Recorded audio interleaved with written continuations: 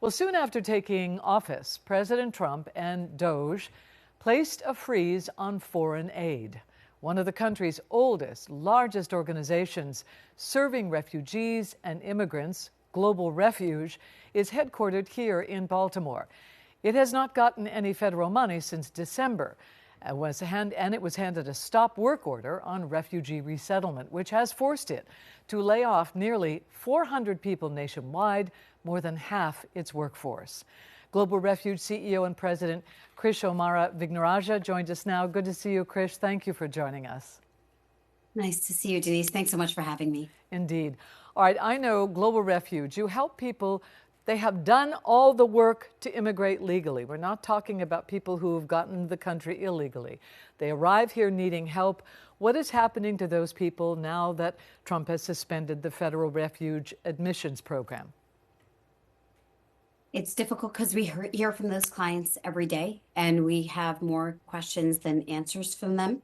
We're talking about Afghan allies, interpreters who risk their lives to protect U.S. troops, persecuted Christians who have come to the U.S. because we made a commitment to them through the refugee resettlement program that we would help.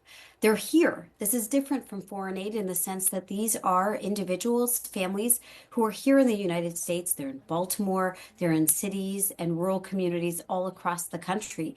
And right now we are struggling because as a result of the president's executive order and then the stop work order, and then on top of that, an unwillingness to pay their bills, organizations like Global Refuge, nonprofits across the country are suffering.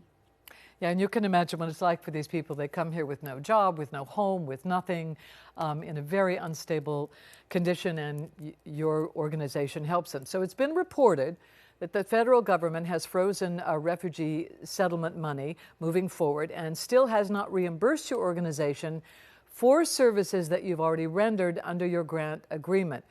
Is that right? And where does your money come from exactly, and how do you use it?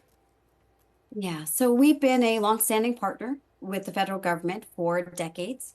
Our work began in 1939 helping Lutherans fleeing Nazi Germany, but that mandate quickly expanded. And so every immigration crisis we've been involved with. We've been a partner to the State Department as well as the Department of Health and Human Services across Republican and Democratic administrations.